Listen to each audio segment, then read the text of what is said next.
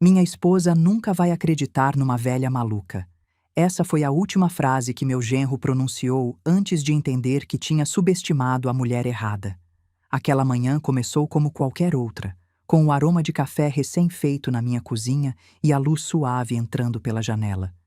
Eu não sabia que em poucas horas minha vida e a vida da minha filha mudariam para sempre. Não sabia que veria o verdadeiro rosto de um homem que eu havia recebido como filho, e não sabia que uma simples chave nas minhas mãos se tornaria a arma mais poderosa que jamais segurei. Mas antes de eu continuar, verifique se você já se inscreveu no canal, deixe seu like. E me conte nos comentários de onde você está ouvindo minha história. Quero muito saber até onde ela já chegou. Meu nome é Carmen. Hoje tenho 59 anos, e esta história começou no dia em que decidi chegar cedo na casa da minha filha para organizar uma festa surpresa, uma festa que nunca aconteceu. Porque às vezes a vida tem uma maneira muito cruel de te mostrar a verdade justo quando você menos espera. Beatriz, minha filha, estava casada há 5 anos com Marcelo. 5 anos nos quais eu tinha tentado ver nele o homem bom, o marido trabalhador, o genro respeitoso. 5 anos nos quais ignorei os pequenos sinais que agora, olhando para trás, brilham como avisos que nunca quis ler. Porque uma mãe sempre quer acreditar que sua filha escolheu bem. Sempre quer acreditar que o homem que dorme ao lado dela é digno da sua confiança. Mas aquela manhã tudo mudou. Era um dia ensolarado. Lembro que me levantei cedo, como sempre. Preparei meu café, sentei junto à janela e vi como o bairro despertava pouco a pouco. Os pássaros cantavam na jabuticabeira do quintal. A senhora da frente regava seus gerânios. Tudo estava normal, tudo estava pacífico, e eu, ilusa de mim, pensava que assim continuaria sendo. Beatriz tinha me pedido ajuda para organizar um jantar especial. Era o aniversário de Marcelo e ela queria surpreendê-lo com algo íntimo, algo familiar. Ela me tinha dado uma cópia da chave da casa dela há meses para emergências. Me disse: "Mãe, nunca se sabe quando você pode precisar entrar." Me disse com aquele sorriso que herdou do pai. Essa chave pendurava no meu chaveiro junto com as outras, sem que eu soubesse que logo se tornaria a prova de que Deus coloca as coisas no lugar sempre, de maneiras que jamais imaginamos. Aquela manhã peguei minha bolsa, verifiquei que levava tudo necessário para decorar, balões, serpentinas, algumas velas bonitas que tinha comprado na feira. Beatriz chegaria mais tarde com o bolo. Eu adiantaria tudo para que quando ela chegasse só tivesse que aproveitar. Isso é o que as mães fazem, não é? Nos antecipamos, nos sacrificamos, cuidamos e às vezes, sem querer, também descobrimos. Cheguei à casa de Beatriz perto das 10 da manhã. O sol já estava alto e a rua estava tranquila. Estacionei meu carro em frente à entrada e tirei as sacolas do banco traseiro. A casa era pequena, mas aconchegante, com um jardim na frente que Beatriz cuidava com esmero. As primaveras subiam pela grade e os vasos de barro descansavam junto à porta. Tudo parecia em ordem, tudo parecia perfeito. Peguei a chave e abri a porta devagar, tentando não fazer barulho. Não queria estragar a surpresa caso Marcelo estivesse dentro. Mas quando entrei, a casa estava em silêncio. Um silêncio estranho, denso, como se algo estivesse segurando a respiração. Deixei as sacolas na mesa da sala e olhei ao redor. Tudo estava limpo, arrumado. A foto do casamento de Beatriz e Marcelo pendurava na parede, sorridentes, inocentes, como se o futuro fosse uma promessa cumprida. Senti uma pontada no peito. Não sabia por quê, mas algo naquele silêncio me incomodava. Então escutei. Uma risada baixa, abafada. Vinha do fundo da casa. Fiquei imóvel. Meu coração começou a bater mais rápido. Pensei que talvez fosse a televisão ou talvez Marcelo estivesse falando ao telefone. Caminhei devagar pelo corredor seguindo o som. Meus passos eram suaves sobre o piso de madeira e então, em frente à porta do banheiro, parei. A porta estava fechada, mas de dentro vinham vozes, 2 vozes, uma de homem, outra de mulher, e nenhuma delas era a voz da minha filha. Minha mão tremia quando toquei a porta. Toquei suave, quase sem querer, e imediatamente o silêncio tomou conta do outro lado. Um silêncio culpado. Um silêncio que grita mais alto que qualquer confissão. "Quem é?" perguntou a voz de Marcelo, tensa, nervosa. "Sou eu, Carmen", respondi. e minha voz saiu mais firme do que esperava.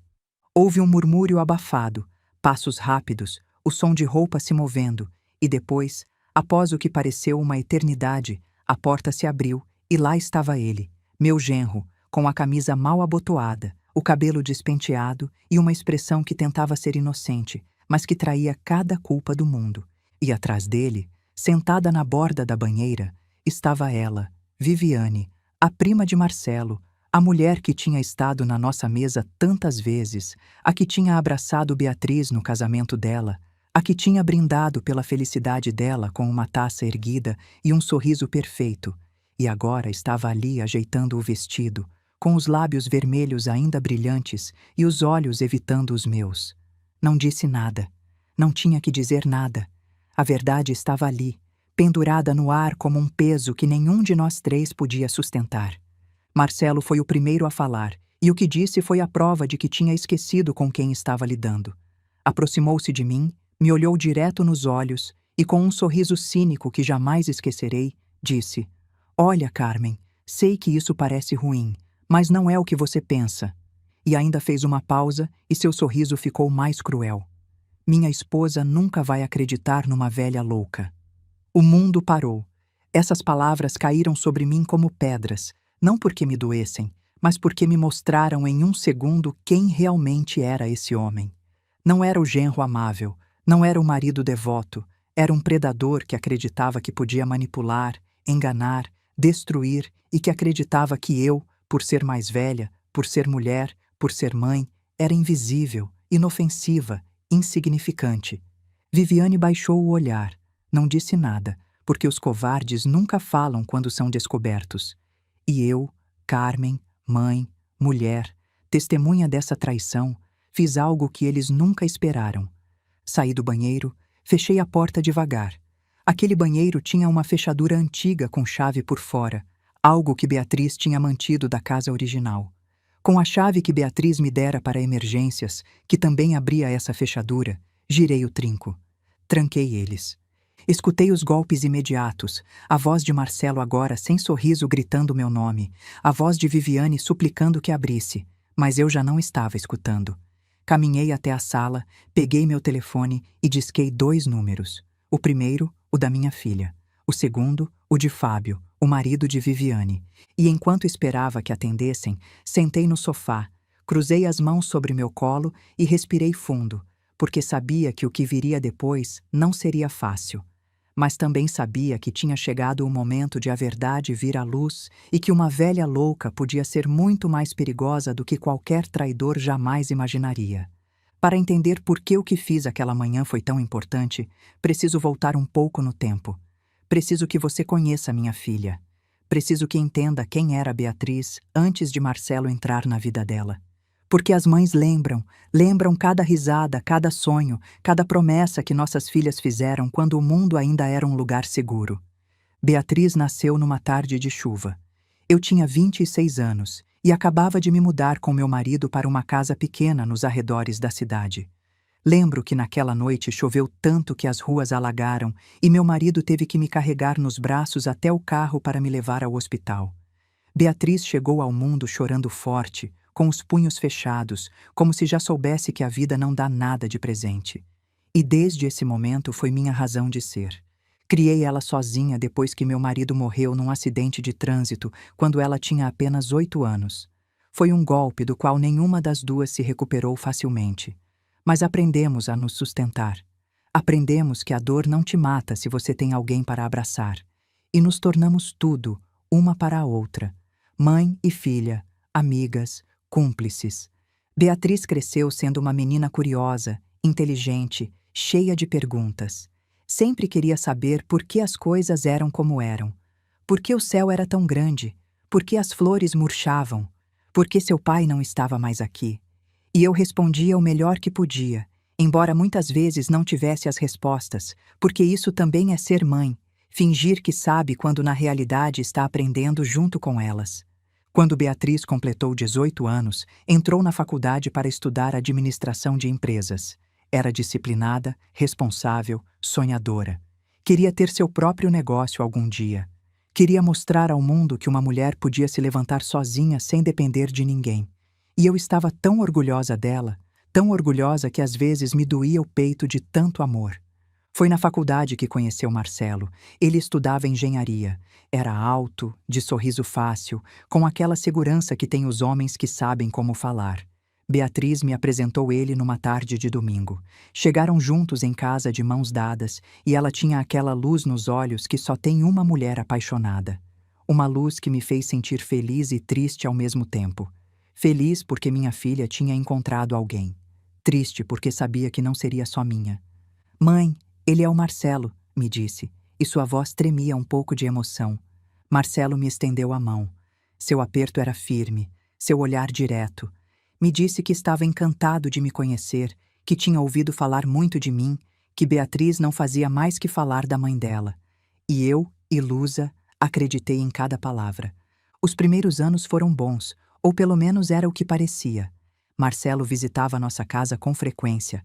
Compartilhávamos refeições aos domingos. Ele ajudava com as sacolas da feira, consertava coisas que quebravam na casa, me perguntava como tinha sido minha semana, e pouco a pouco comecei a vê-lo como parte da família, como o filho que nunca tive. Beatriz e Marcelo se casaram quando ela tinha 26 anos. Foi um casamento simples no jardim de um sítio que alugamos nos arredores da cidade. Beatriz usava um vestido branco que tínhamos escolhido juntas com renda nas mangas e uma cauda longa que se arrastava sobre a grama. Estava linda, radiante. E quando Marcelo pegou a mão dela em frente ao altar e prometeu amá-la e respeitá-la todos os dias da vida dele, vi lágrimas nos olhos da minha filha e também vi as minhas refletidas no espelho quando me arrumei aquela manhã.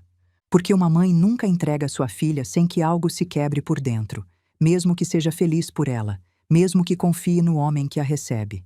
Sempre há um pedaço de você que fica no passado, naquela menina pequena que corria descalça pela casa, naquela adolescente que te pedia conselho para tudo, naquela mulher jovem que agora te olha do altar como dizendo: Mãe, eu também tenho medo, mas vou tentar.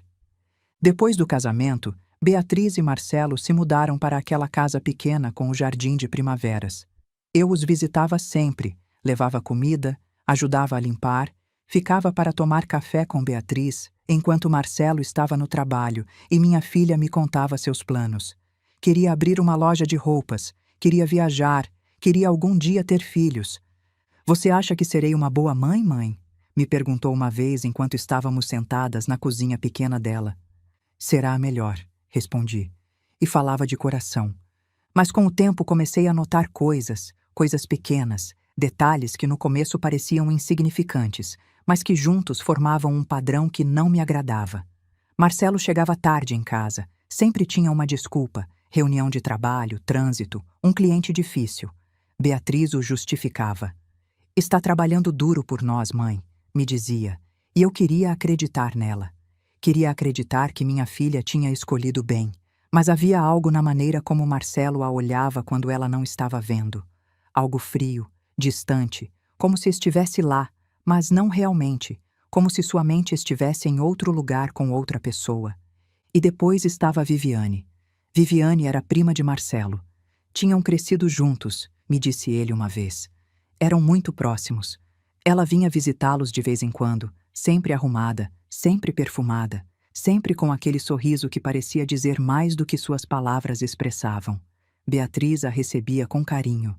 É como minha cunhada, me dizia, e eu via como Viviane se sentava perto demais de Marcelo, como tocava o braço dele quando falava, como ele ria das piadas dela com uma familiaridade que me incomodava.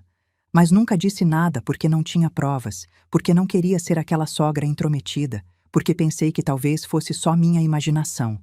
E agora, 5 anos depois, sentada naquele sofá com o telefone na mão, me dava conta de que não tinha sido minha imaginação, que todos aqueles sinais, todos aqueles incômodos, todos aqueles silêncios estranhos tinham sido reais e que deveria ter falado. Beatriz atendeu no terceiro toque. Mãe, sua voz soava alegre, despreocupada. Já está na casa? Como está indo tudo? Respirei fundo e com a voz mais tranquila que consegui, disse: Filha, preciso que venha agora. É urgente. Encontrei Marcelo com Viviane no banheiro. Os tranquei aqui. Houve um silêncio do outro lado e depois sua voz mudou. Ficou tensa, chocada. O quê? Mãe, o que você está dizendo? O que estou dizendo, filha? Venha agora, por favor. Já vou para aí, disse com a voz trêmula e desligou. Depois disquei o segundo número, o número de Fábio, o marido de Viviane. Fábio era um homem tranquilo, trabalhador, daqueles que passam despercebidos, mas que sustentam tudo com suas mãos caladas. O tinha conhecido em reuniões familiares, sempre educado, sempre atencioso, sempre ao lado de Viviane, embora ela mal lhe dirigisse o olhar. Trabalhava num escritório a poucos quarteirões dali. E agora, enquanto esperava que atendesse, me perguntei se ele também tinha notado os sinais, se ele também tinha tido aquela sensação de que algo não estava bem. Atendeu no segundo toque. Alô? Fábio, sou Carmen, a mãe da Beatriz. Ah, Carmen, como está? Sua voz soava surpresa, mas gentil.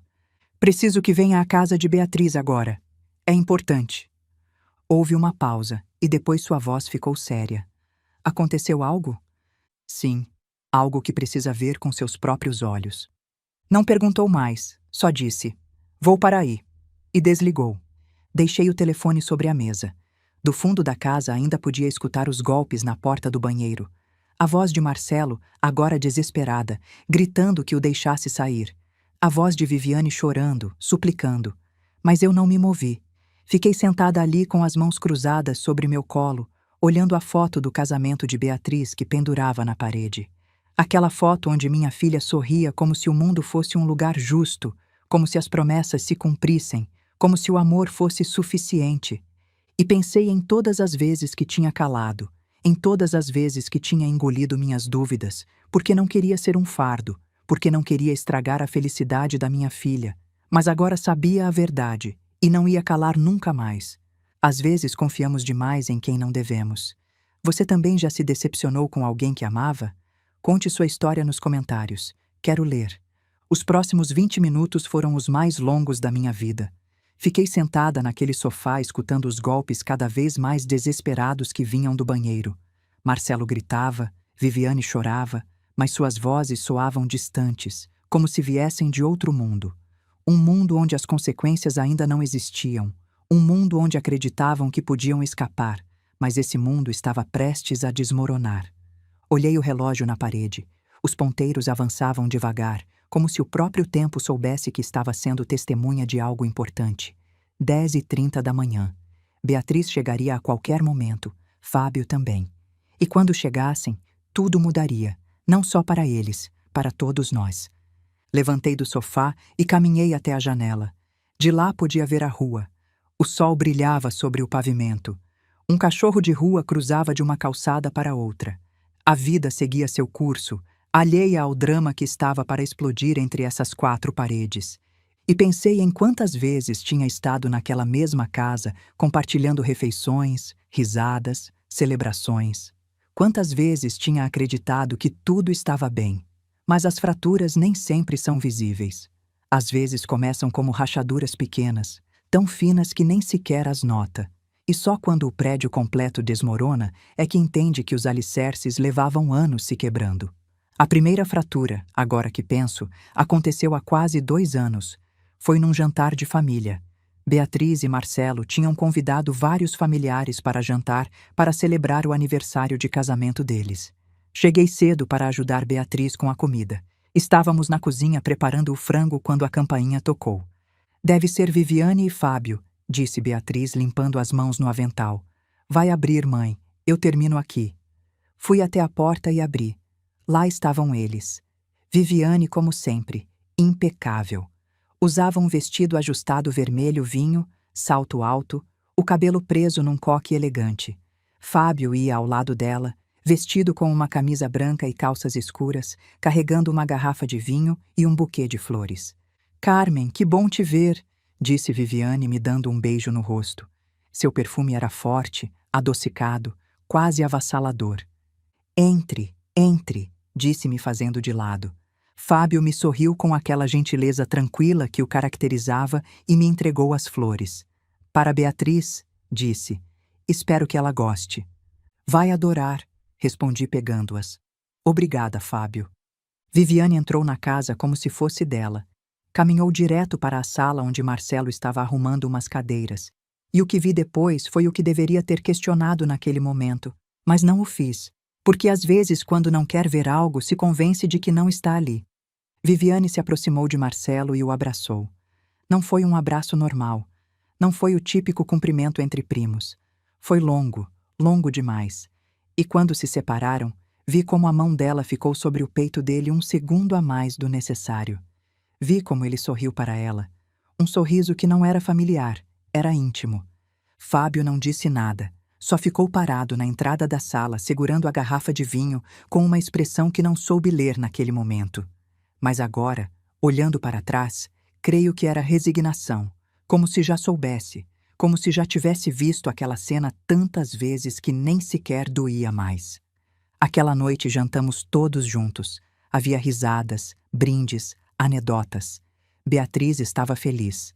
Marcelo era o centro das atenções, contando piadas, servindo vinho, sendo o anfitrião perfeito. E Viviane estava sempre perto dele, perto demais.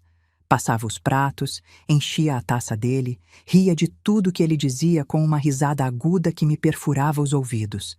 Eu observava do meu lugar na mesa e cada vez que olhava para Fábio, o via fazer o mesmo, observar, calado, com aquela tristeza silenciosa dos homens que aprenderam a não dizer nada porque sabem que ninguém vai escutá-los.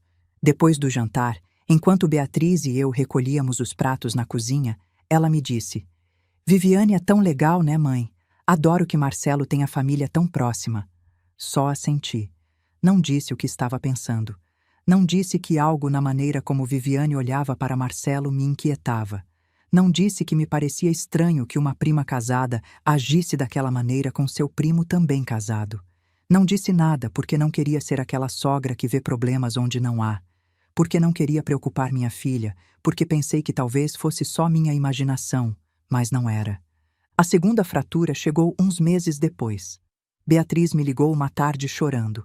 Sua voz soava quebrada, desesperada. Meu coração acelerou imediatamente. Mãe, pode vir? Me disse entre soluços. O que aconteceu, filha? Você está bem? Só venha, por favor. Deixei tudo o que estava fazendo e dirigi até a casa dela o mais rápido que pude.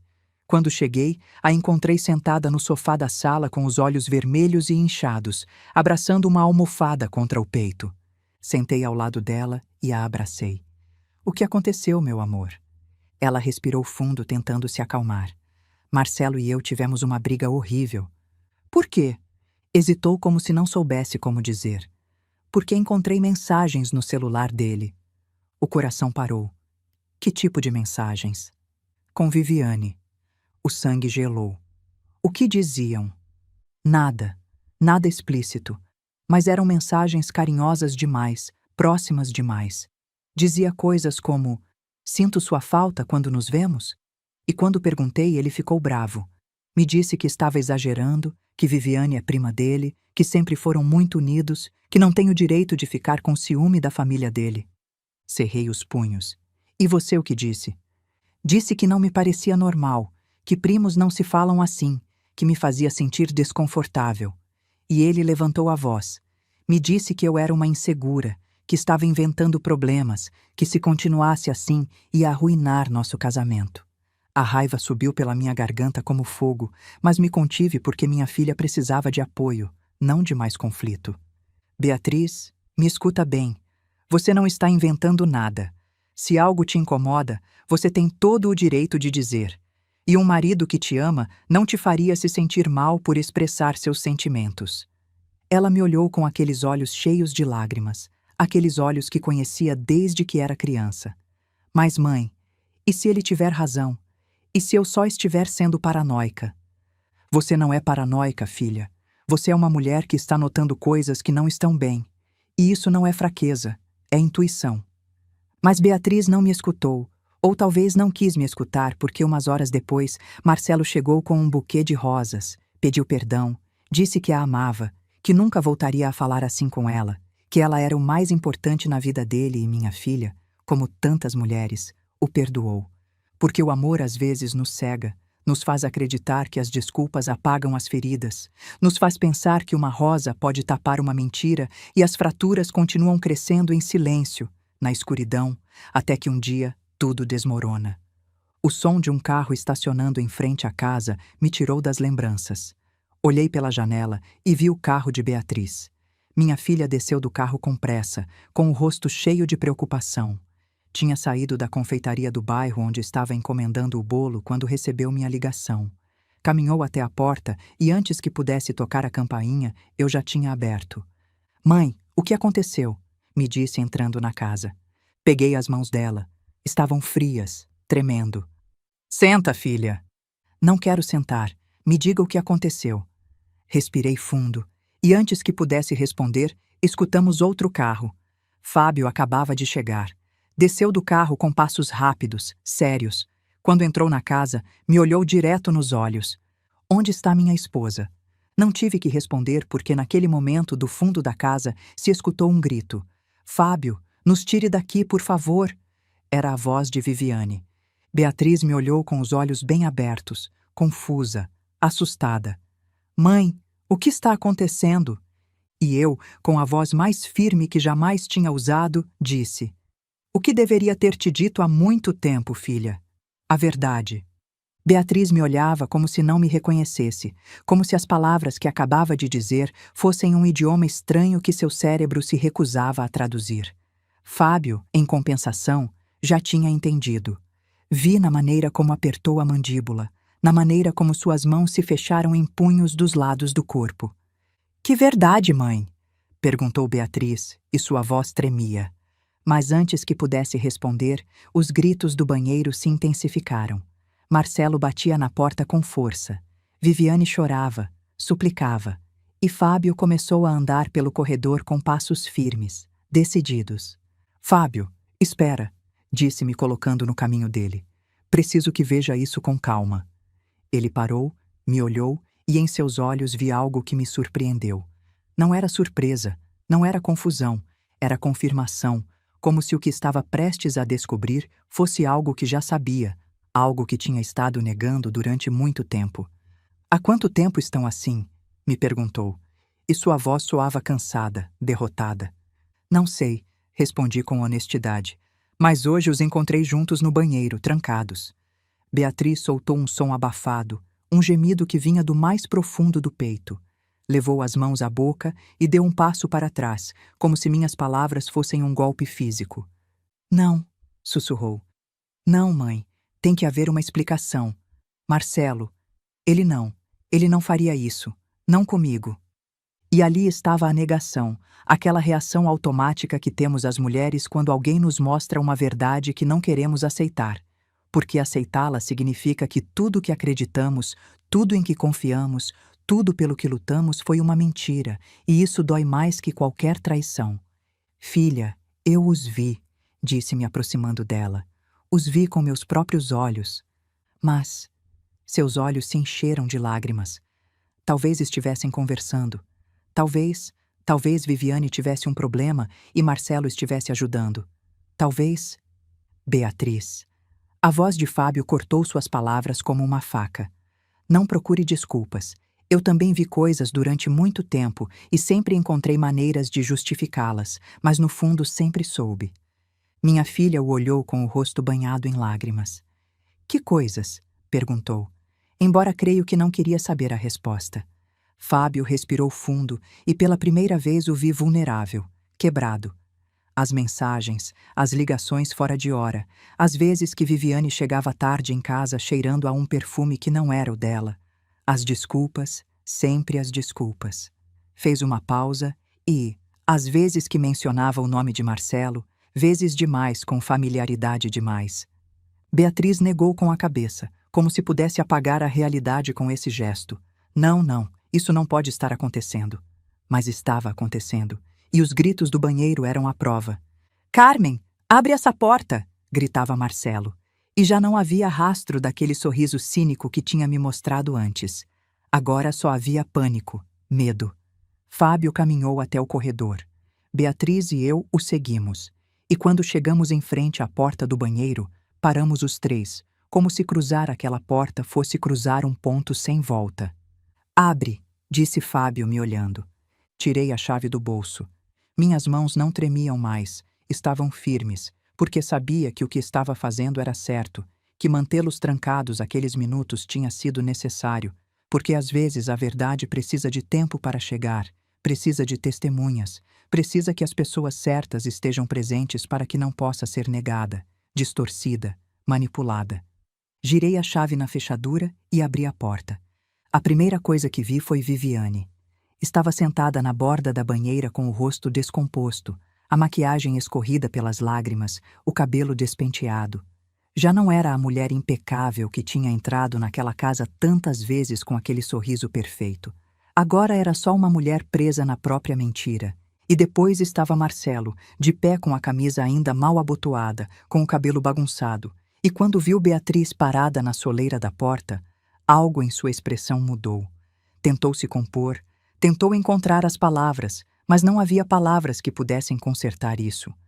Beatriz olhou para ele, depois para Viviane, depois para a roupa desalinhada dos dois, e vi no rosto dela o momento exato em que a negação se quebrou, quando os gritos pelo telefone se tornaram realidade visual, quando a camisa mal abotoada, o cabelo bagunçado, os lábios vermelhos de Viviane ainda brilhantes se uniram numa verdade inegável. Sua expressão mudou de choque para algo mais duro, mais frio. Beatriz, meu amor, disse dando um passo em direção a ela. Isso não é o que parece. Minha filha recuou como se a proximidade dele a queimasse. Não se aproxime, disse, e sua voz soava oca, morta. Amor, por favor, me deixa te explicar. Me explicar o quê? Gritou Beatriz, e foi a primeira vez que a escutei gritar assim, com aquela raiva misturada com dor que só nasce da traição. Me explicar por que estava trancado no banheiro com ela. Me explicar por que sua roupa está assim. Me explicar por que minha mãe teve que trancar vocês para que não fugissem. Marcelo abriu a boca, fechou, procurou uma resposta que não existia. Nós só estávamos conversando.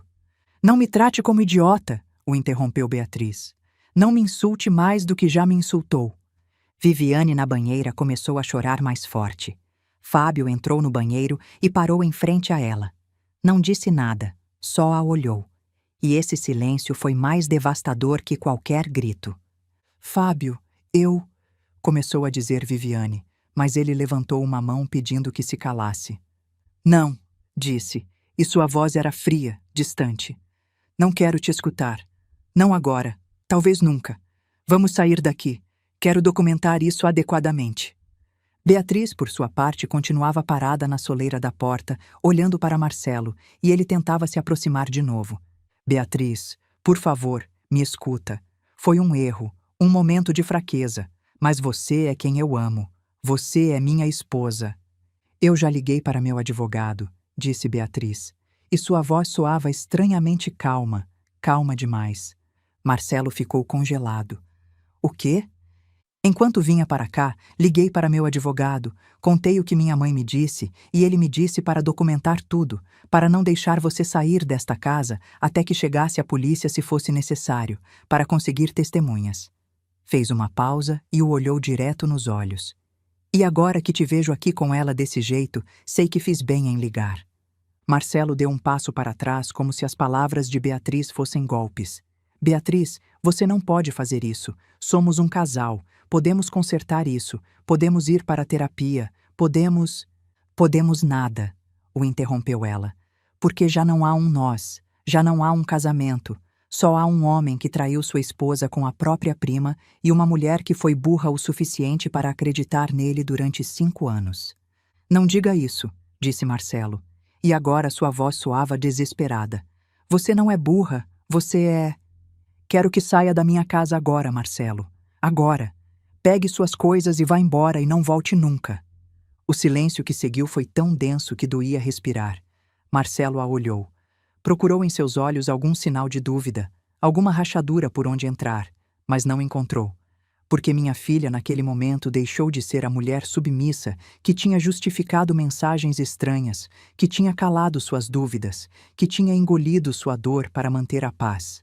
Naquele momento, Beatriz se tornou o que sempre deveria ser, uma mulher que não aceita migalhas, uma mulher que não negocia sua dignidade. Fábio pediu que Viviane e Marcelo saíssem do banheiro e viessem para a sala. Quando estavam todos ali, com as roupas ainda desalinhadas, a culpa estampada nos rostos, ele tirou o celular do bolso e começou a tirar fotos. "O que está fazendo?" perguntou Viviane com os olhos arregalados. "Documentando a verdade", respondeu Fábio sem levantar a vista do telefone. "Porque sei que amanhã vão tentar negar. Vão dizer que foi tudo um mal-entendido. Vão inventar desculpas, mas essas fotos vão falar por mim quando meu advogado as apresentar." Viviane empalideceu. "Advogado?"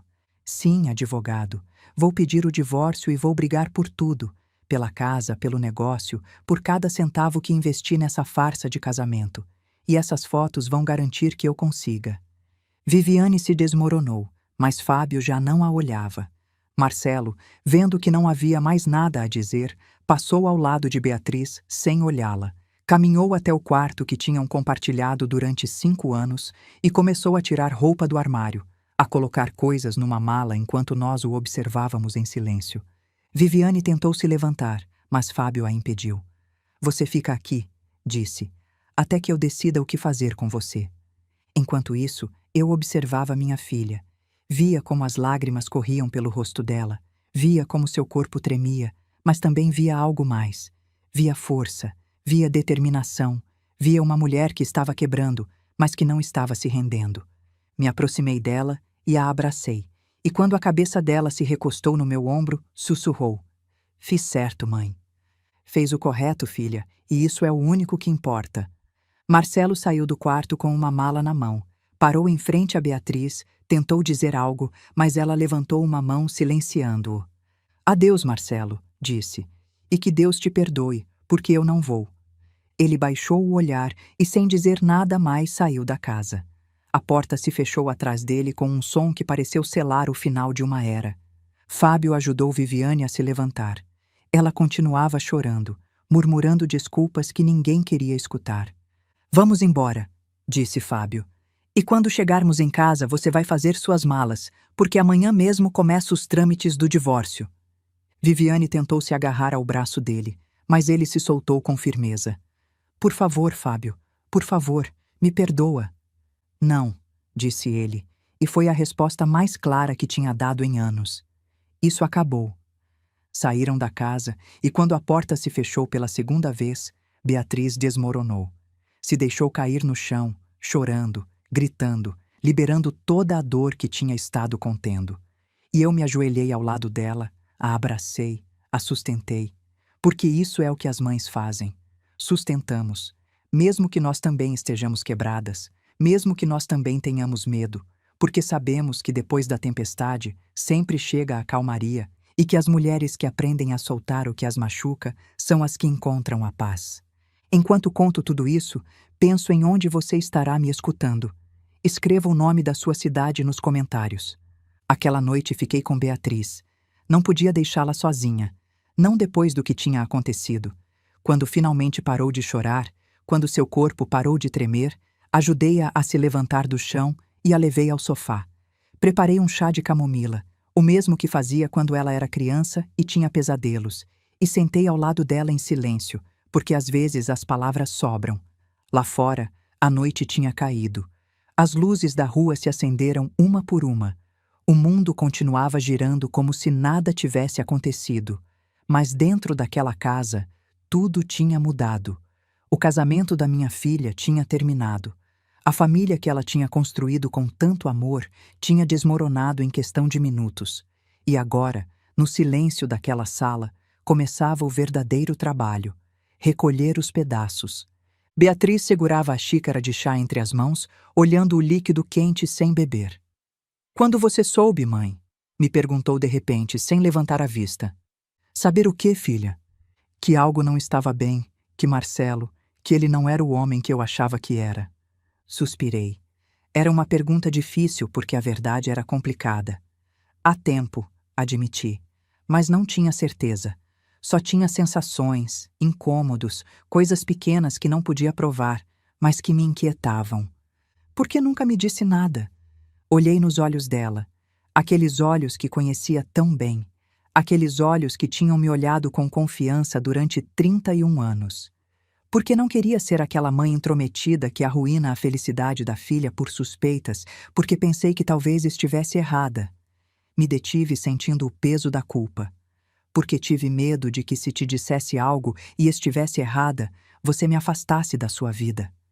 Beatriz deixou a xícara sobre a mesa, se virou para mim e pegou minhas mãos. Mãe, me escuta bem. Você não tem culpa de nada. Nada disso é sua responsabilidade. Marcelo é o único culpado. Ele e Viviane. Eles escolheram nos trair. Eles escolheram mentir. Você só me protegeu, como sempre fez. Suas palavras me quebraram. As lágrimas que tinha estado contendo o dia todo finalmente saíram. E as duas choramos juntas, abraçadas, liberando a dor que tínhamos carregado em silêncio. Quando nos acalmamos, Beatriz secou os olhos com as costas da mão e respirou fundo. Preciso saber quanto tempo, disse, e sua voz soava mais firme. Preciso saber desde quando estiveram me mentindo. Não sei se isso vai te ajudar, filha. Talvez não, mas preciso saber de qualquer jeito. Preciso entender quanto da minha vida foi real e quanto foi mentira. Assenti porque a entendia. Porque quando te traem, você precisa de respostas, mesmo que essas respostas doam. Quer revisar as coisas dele? Perguntei. Ela me olhou duvidando e depois assentiu.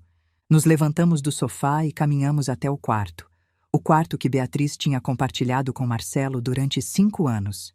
O quarto onde tinham dormido juntos, onde tinham sonhado juntos, onde tinham planejado um futuro que agora estava quebrado em 1000 pedaços. Beatriz acendeu a luz. A cama estava desfeita. A mala de Marcelo tinha deixado o armário meio vazio, mas ainda ficavam coisas: roupa, papéis, objetos pessoais que ele não tinha tido tempo de levar. Por onde começo? Murmurou Beatriz, olhando ao redor com uma mistura de dor e determinação.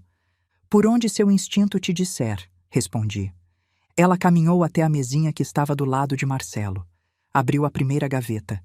Havia papéis, recibos, uma carteira velha, chaves que não usava mais, nada importante. Abriu a segunda gaveta, mais do mesmo, e depois a terceira.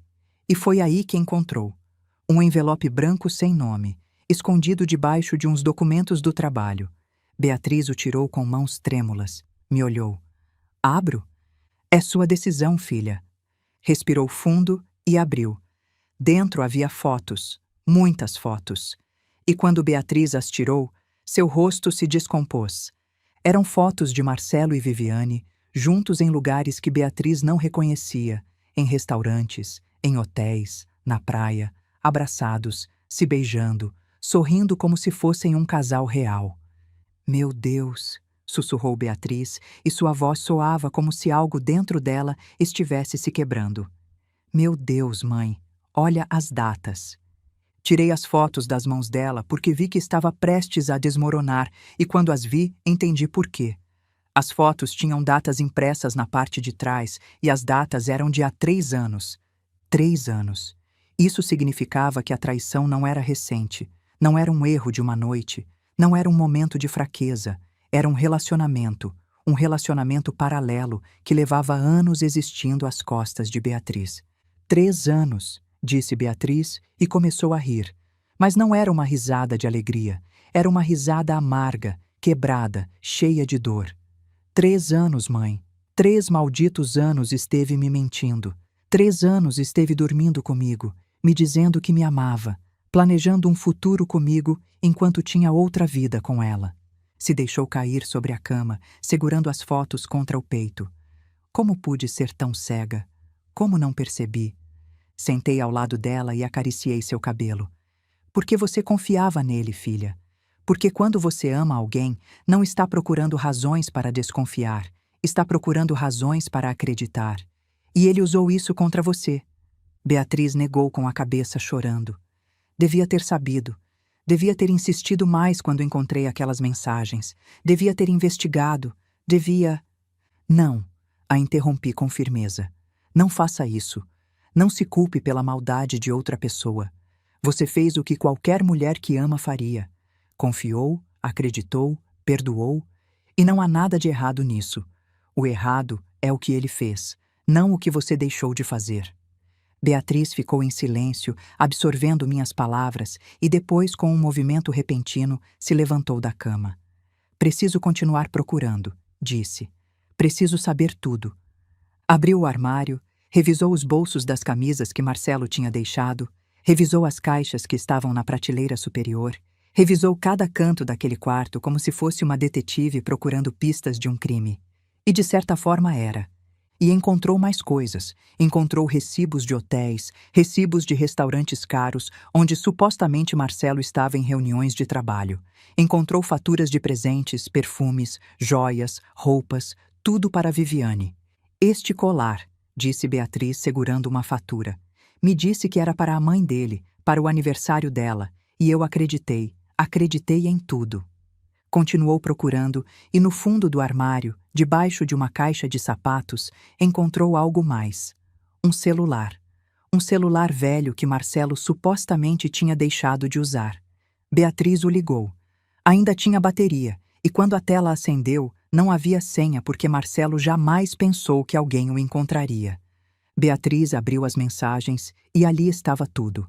Anos de conversas com Viviane, mensagens explícitas, planos para se verem, mentiras coordenadas para enganar tanto Beatriz quanto Fábio. Promessas de que algum dia estariam juntos de verdade, sem ter que se esconder. Odeio ter que fingir que somos só primos, leu Beatriz em voz alta e sua voz tremia. Em breve vou deixar tudo e vamos embora juntos. Levantou a vista para mim. Está vendo, mãe? Ele estava planejando me deixar. Todo esse tempo eu estava vivendo numa mentira, pensando que tínhamos um futuro. E ele só estava esperando o momento certo para me destruir. Beatriz, não, mãe, não me diga que tudo vai ficar bem porque não está. 5 anos da minha vida, 5 anos que não vou recuperar, 5 anos que desperdicei com um homem que nunca me amou de verdade. Se deixou cair no chão, segurando o celular, chorando com uma dor que vinha do mais profundo da alma. E eu me ajoelhei ao lado dela, a abracei e deixei que chorasse tudo o que precisava chorar, porque às vezes o luto é necessário, o choro é necessário, a raiva é necessária. Antes de poder curar, primeiro você precisa soltar todo o veneno que te envenenou. Passamos horas naquele quarto revisando, descobrindo, chorando, e com cada coisa que encontrávamos, a traição ficava maior, mais cruel, mais imperdoável. Havia fotos de viagens que Marcelo supostamente tinha feito sozinho por trabalho, mas lá estava Viviane ao lado dele, sorrindo em praias paradisíacas, enquanto Beatriz ficava em casa trabalhando, esperando por ele, confiando nele. Havia e-mails onde Marcelo e Viviane falavam de Beatriz e Fábio como se fossem obstáculos, como se fossem problemas que eventualmente resolveriam. Havia até conversas onde Viviane dizia para Marcelo que Fábio suspeitava, mas que ela sempre sabia como acalmá-lo, como manipulá-lo, como fazê-lo acreditar que tudo estava bem. São monstros, disse Beatriz, e já não chorava. Agora seus olhos estavam secos, frios. Os dois são monstros que brincaram com nossas vidas como se fosse um jogo. Sim, disse, mas o jogo acabou e agora vão ter que enfrentar as consequências. Beatriz me olhou. Você acha que Fábio também está descobrindo tudo isso? Provavelmente. E se for metade do homem que acho que é, não vai ficar de braços cruzados. Beatriz assentiu. E pela primeira vez em toda a noite, vi algo em seus olhos que não era dor, era determinação. Vou ligar para meu advogado amanhã de manhã cedo, disse. Vou dar todas essas provas para ele e vou garantir que Marcelo não fique com nada do que construímos juntos. Porque o que construímos foi com meu trabalho, com meu esforço, com minha confiança, e ele a única coisa que colocou foram mentiras. Bem, disse sentindo orgulho da minha filha, é exatamente isso que você tem que fazer. Ficamos ali sentadas no chão daquele quarto, rodeadas de provas de uma traição que tinha durado anos. E embora a dor fosse imensa, embora a ferida fosse profunda, sabia que minha filha ia sair disso porque era forte, porque era uma lutadora, porque tinha algo que Marcelo e Viviane nunca tiveram: dignidade. Ainda me pergunto se fiz o certo. E você o que teria feito no meu lugar? Amanheceu no sofá da sala de Beatriz. Não tinha dormido bem.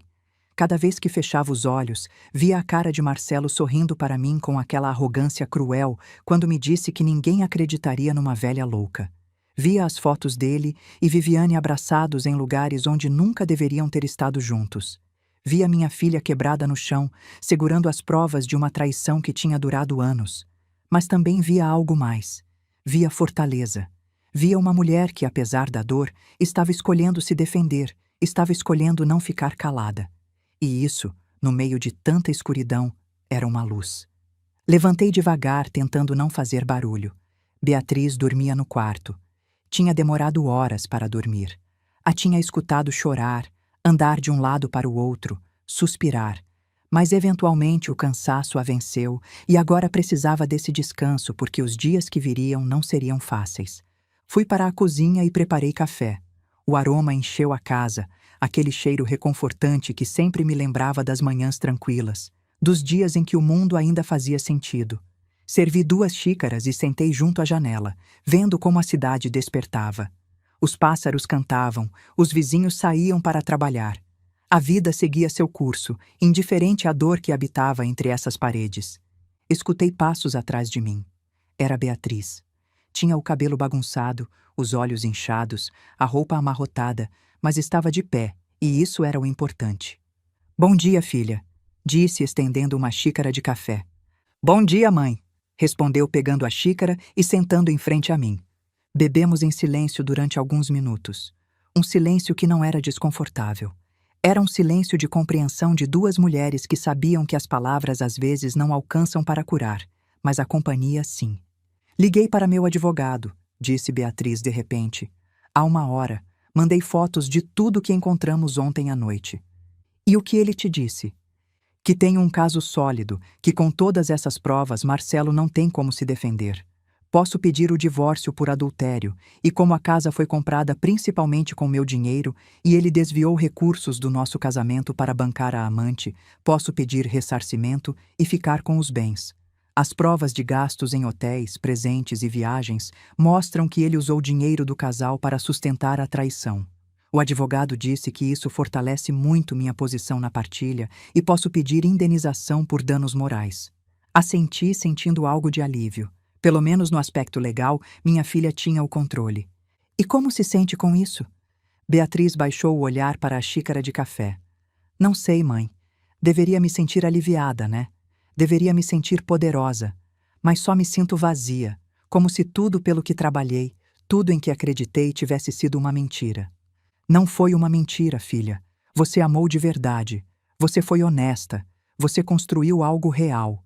O fato de que ele não esteve à altura desse amor não significa que seu amor foi falso." Beatriz levantou a vista. Seus olhos estavam cheios de lágrimas, mas também de algo mais, de compreensão. "Sabe o que é o que mais me dói, mãe?" "Diga." "Que eu confiei nele completamente. Abri meu coração, minha casa, minha vida e ele. Ele usou essa confiança para me destruir. Acordava cada manhã ao lado dele, preparava o café, perguntava como tinha dormido, dizia que o amava e ele me sorria, me beijava, dizia que me amava também. E todo esse tempo, todo esse maldito tempo, estava pensando nela." Sua voz se quebrou, mas não chorou. Era como se não lhe restassem mais lágrimas. "Sabe quantas vezes, mãe? Quantas vezes disse que queria ter um bebê com ele?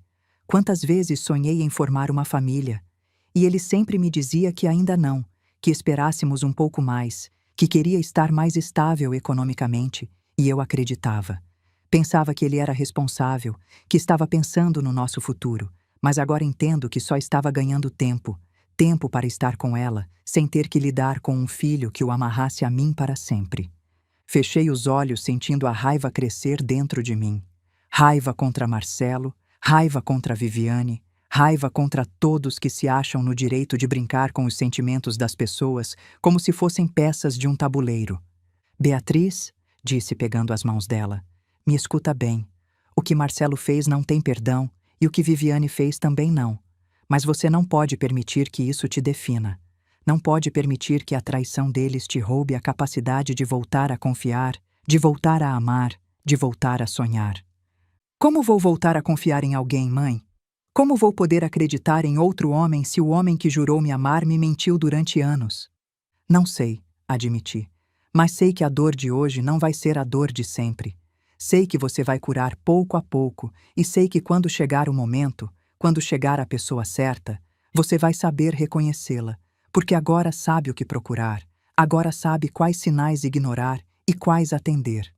Beatriz assentiu devagar, processando minhas palavras. Você acha que Fábio está passando pelo mesmo? Tenho certeza. Naquele momento, como se o universo tivesse escutado nossa conversa, o telefone de Beatriz tocou. Era uma mensagem de Fábio. Beatriz abriu e leu em voz alta. Beatriz, sou Fábio. Espero que esteja bem dentro do possível. Ontem à noite revisei o celular de Viviane. Encontrei tudo, mensagens, fotos, tudo. Meu advogado já está preparando os papéis do divórcio. Como eu financiei o negócio e a casa está no meu nome, meu advogado disse que tenho base sólida para ficar com tudo que é legalmente meu. Queria que você soubesse e queria agradecer a você e sua mãe por ter a coragem de me mostrar a verdade. Sei que não foi fácil, mas me libertaram de uma mentira que carregava há anos. Se precisar conversar ou se precisar ajuda com o processo legal, estou aqui. Você não está sozinha nisso. Beatriz terminou de ler a mensagem e ficou olhando a tela em silêncio. É um bom homem, disse. Sim, respondeu Beatriz. É. E Viviane o destruiu, igual que Marcelo me destruiu.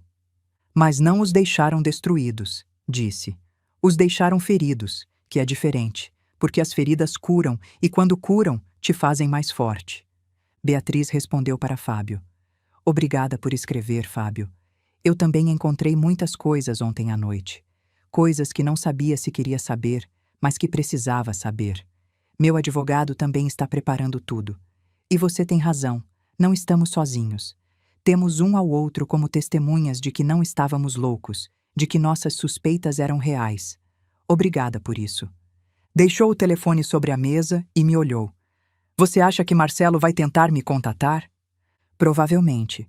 Os homens como ele sempre tentam voltar, sempre tentam manipular, convencer, fazer você duvidar da sua decisão. Não vou responder.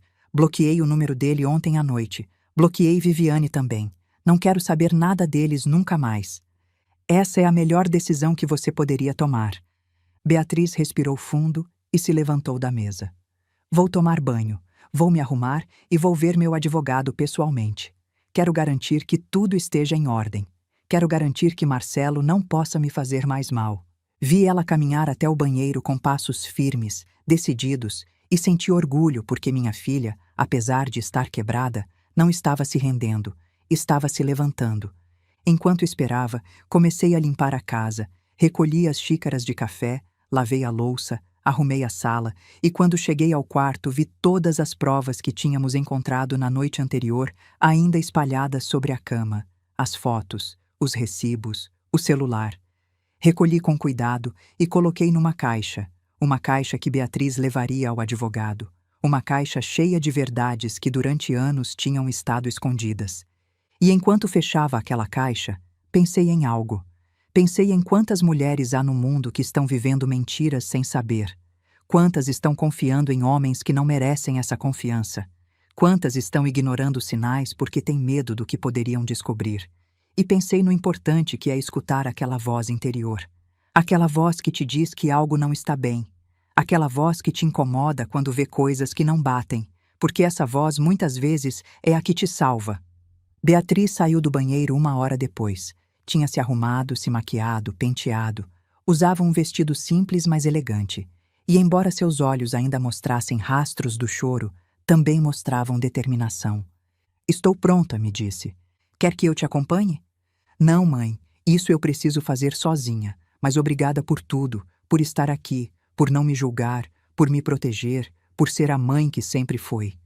A abracei forte, tão forte como quando era criança e tinha medo do escuro, tão forte como quando era adolescente e sofreu sua primeira decepção amorosa, tão forte como agora, quando estava enfrentando a pior traição da vida dela. Sempre vou estar aqui, filha, sempre. Beatriz foi ao encontro com o advogado e eu fiquei na casa esperando, pensando, processando tudo o que tinha acontecido nas últimas 24 horas. Tinha chegado àquela casa para organizar uma festa surpresa e tinha terminado sendo testemunha de uma traição que tinha acontecido durante anos.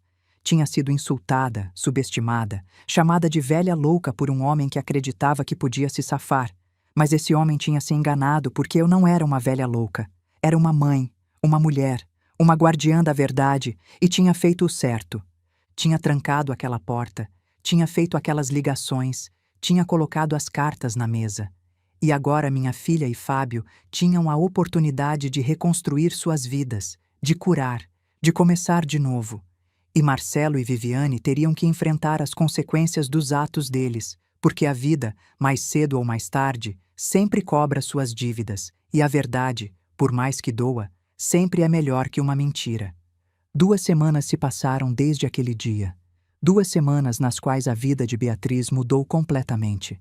2 semanas nas quais os advogados se moveram rápido, nas quais os papéis se assinaram, nas quais as verdades saíram à luz de maneira oficial. 2 semanas nas quais minha filha aprendeu que perder tudo não significa ficar sem nada, desde que você conserve sua dignidade. Eu continuava visitando ela todos os dias. Às vezes ficava para dormir, outras vezes só passava umas horas preparando comida, escutando-a, sustentando-a quando o peso de tudo ficava demais. Porque o processo de um divórcio não é só legal, é emocional, é dilacerante, é como arrancar raízes que levavam anos crescendo, mesmo que essas raízes estivessem envenenadas. Beatriz tinha apresentado o pedido de divórcio por adultério. Seu advogado tinha sido claro. Com todas as provas que tinham, Marcelo não tinha defesa possível. As fotos, as mensagens, os recibos, o celular secreto, tudo apontava para uma infidelidade sustentada durante anos. E em casos assim, a lei favorece a parte afetada. Mas Marcelo não ia se render facilmente. Uma tarde, enquanto Beatriz e eu estávamos na sala revisando uns documentos que o advogado tinha enviado, a campainha tocou. Beatriz ficou tensa imediatamente. "Está esperando alguém?" perguntei. "Não", respondeu com voz trêmula. Levantei e caminhei até a janela. Olhei para fora e lá estava ele, Marcelo, parado em frente à porta com um buquê de flores nas mãos e uma expressão que tentava parecer arrependida. "É ele", disse para Beatriz. Ela empalideceu. "Não quero vê-lo." "Não tem que ver." Mas Marcelo tocou de novo e depois gritou. "Beatriz, sei que está aí. Por favor, me deixa falar com você. Só 5 minutos." Beatriz fechou os olhos, respirando fundo. "Vou falar com ele", disse. "Mas vou fazer aqui na porta. Ele não vai entrar nesta casa nunca mais." "Tem certeza?" "Sim. Preciso fazer isso. Preciso olhar nos olhos dele e dizer tudo o que tenho guardado." Assenti e a acompanhei até a porta.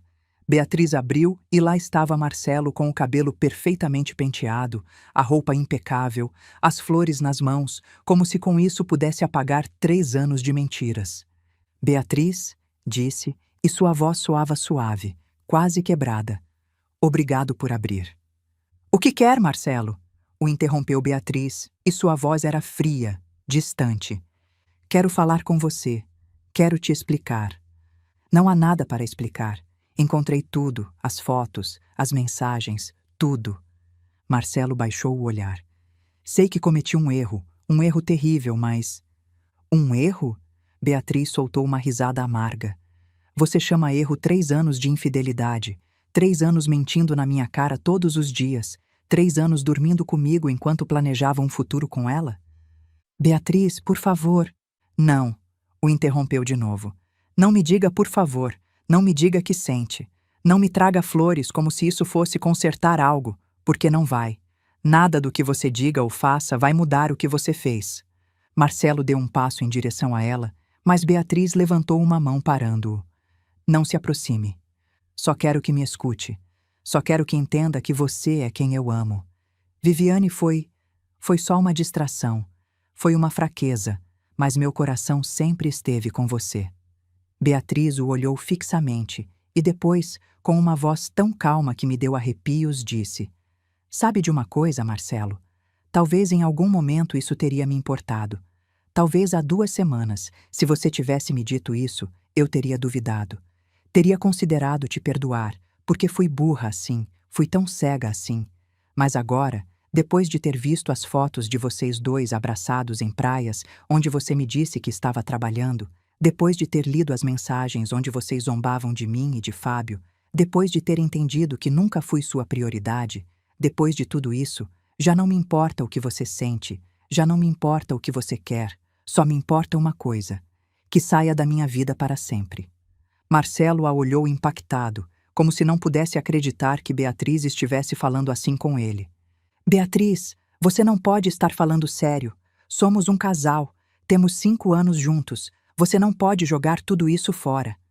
Eu não joguei nada fora, Marcelo. Você jogou. Você destruiu este casamento no dia em que decidiu se deitar com sua prima. Você destruiu cada vez que me mentiu, cada vez que me fez sentir culpada por suspeitar, cada vez que me disse que estava louca por sentir que algo não estava bem. Você destruiu isso, não eu. Marcelo tentou pegar a mão dela, mas Beatriz a retirou imediatamente. Não me toque. Beatriz, por favor, me dá uma chance. Podemos ir para a terapia. Podemos consertar isso. Eu vou mudar, te juro. Vou fazer o que for necessário para recuperar sua confiança. Não quero sua mudança, não quero sua terapia, não quero nada de você. Só quero que assine os papéis do divórcio e vá embora. Marcelo a olhou com os olhos cheios de lágrimas e por um momento quase pareceu um homem arrependido. Mas Beatriz já não se deixava enganar pelas aparências. E a casa? Perguntou Marcelo, mudando de tática. Vai ficar com a casa e o carro? Assim, sem mais? Não é sem mais, respondeu Beatriz. É porque eu fui quem trabalhou para comprar esta casa. Eu fui quem deu o dinheiro da entrada. Eu fui quem pagou as prestações enquanto você gastava seu salário levando Viviane para hotéis caros. Tenho como provar cada centavo que investi. E com as provas de que você desviou recursos do casal para bancar sua amante, meu advogado disse que tenho direito a ressarcimento e a ficar com os bens que eu comprei. Marcelo cerrou os punhos e pela primeira vez vi algo em seus olhos que não era arrependimento, era raiva. Isso não vai ficar assim, disse, e sua voz soava ameaçadora. Meu advogado vai brigar. Vou garantir que a partilha seja justa. Brigue o quanto quiser, respondeu Beatriz, sem se abalar. Mas você vai perder porque tenho provas, tenho testemunhas, tenho recibos mostrando que você gastou nosso dinheiro com ela. Tenho tudo o que preciso para provar que você desviou recursos do casal. Foi um marido infiel, mentiroso e manipulador. E quando o juiz ver tudo isso, você vai ter que me ressarcir e ainda pagar indenização. Marcelo jogou as flores no chão. Você é uma vadia, disse. E essa palavra saiu da boca dele como veneno. Mas Beatriz não recuou, não quebrou, só o olhou com uma tranquilidade que eu não sabia que ela tinha. Talvez, disse, mas sou uma vadia com dignidade, e isso é mais do que você jamais terá. Marcelo deu meia volta e caminhou até o carro. Antes de subir, se virou uma última vez e gritou: Você vai se arrepender disso, Beatriz. Vai ficar sozinha. Ninguém vai te querer como eu te quis. Beatriz sorriu. Foi um sorriso triste, mas também libertador. Se foi assim que você me quis, Marcelo, então prefiro ficar sozinha. Marcelo subiu no carro e foi embora, deixando as flores jogadas no chão. Beatriz fechou a porta e se apoiou contra ela. Respirou fundo e depois me olhou. Fiz, mãe. Disse tudo e não quebrei. A abracei forte. Estou tão orgulhosa de você, filha. Ela se deixou abraçar. E embora não chorasse, senti como seu corpo tremia, não de medo, mas de alívio. Os dias seguintes foram um turbilhão de reuniões com advogados, assinaturas de documentos, declarações. O processo legal avançava rápido. Marcelo tentou brigar pela casa, mas as provas eram contundentes. Sua infidelidade estava documentada e, mais importante, os recibos provavam que Beatriz tinha financiado a maior parte dos bens com seu próprio dinheiro. O desvio de recursos de Marcelo para bancar a amante fortaleceu o caso. Sob a lei, Beatriz tinha direito a ressarcimento e a ficar com os bens que ela mesma havia pagado. Viviane, por sua parte, também estava enfrentando seu próprio inferno. Fábio tinha cumprido sua palavra. Apresentou o divórcio e como ele tinha sido quem aportou o dinheiro para o negócio que tinham juntos e conseguiu provar isso. Conseguiu ficar com o negócio e com a casa que estava em seu nome. Viviane perdeu o acesso ao negócio, perdeu a casa, perdeu tudo que não era legalmente dela. Um dia Fábio escreveu para Beatriz: "O divórcio está quase pronto. Viviane se mudou para a casa da mãe dela. Tentou me convencer a perdoá-la. Chorou, suplicou.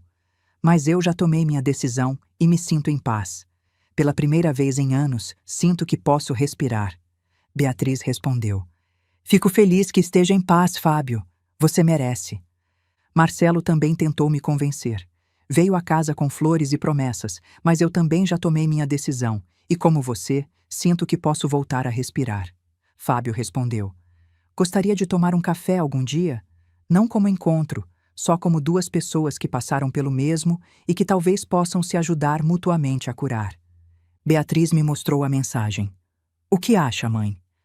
"Acho que Fábio é um bom homem e que não há nada de errado em que duas pessoas feridas se apoiem, mas só você sabe se está pronta para isso."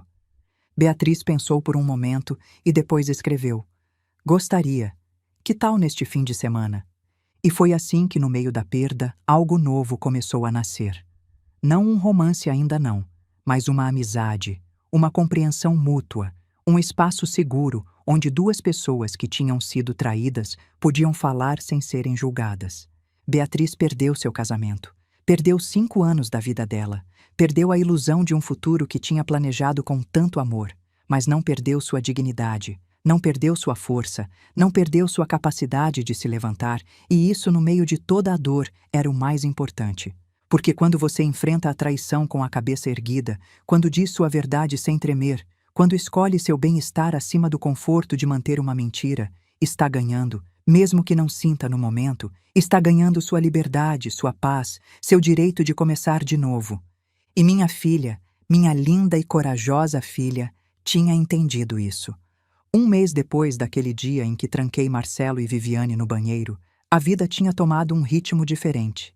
Beatriz tinha assinado os papéis finais do divórcio.